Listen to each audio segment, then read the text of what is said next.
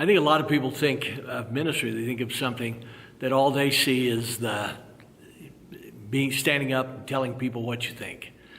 That many times we see those that do have some success, and it is a blast. It's a blast to be able to serve God and do it. But I don't care who you are and what you are, pain is part of life.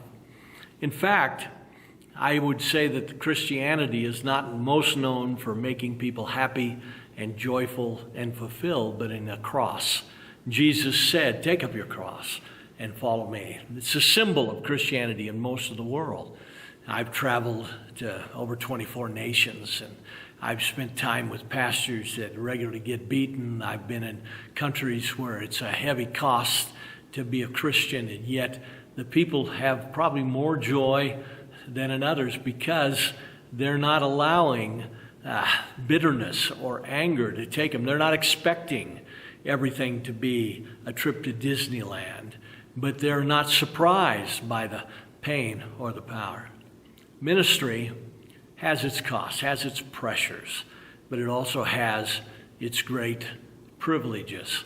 I remember I was going to Indonesia to preach for a group of pastors that were there. I had not been able to talk to the guy that had invited me until I got there, so I just brought all the sermons I had. And I asked him, I said, what do you want me to preach on? He said, I want you to preach on the cost, on suffering. You know about it, Ron. You can talk about it. I was at first offended. I didn't want to be the guy that you brought to Indonesia where they were actually killing people in the city that we were having a conference in while we were there. I didn't want to be the guy you brought in for that. I want to be the prosperity guy, the healing guy.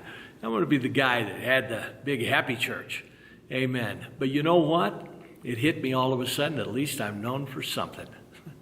And we had a great time. There were preachers from Malaysia and China and India, Vietnam, 25, I think, from Indonesia, which is a Muslim nation, a great persecution, and we just rejoiced that we had the privilege of paying a price for Christ.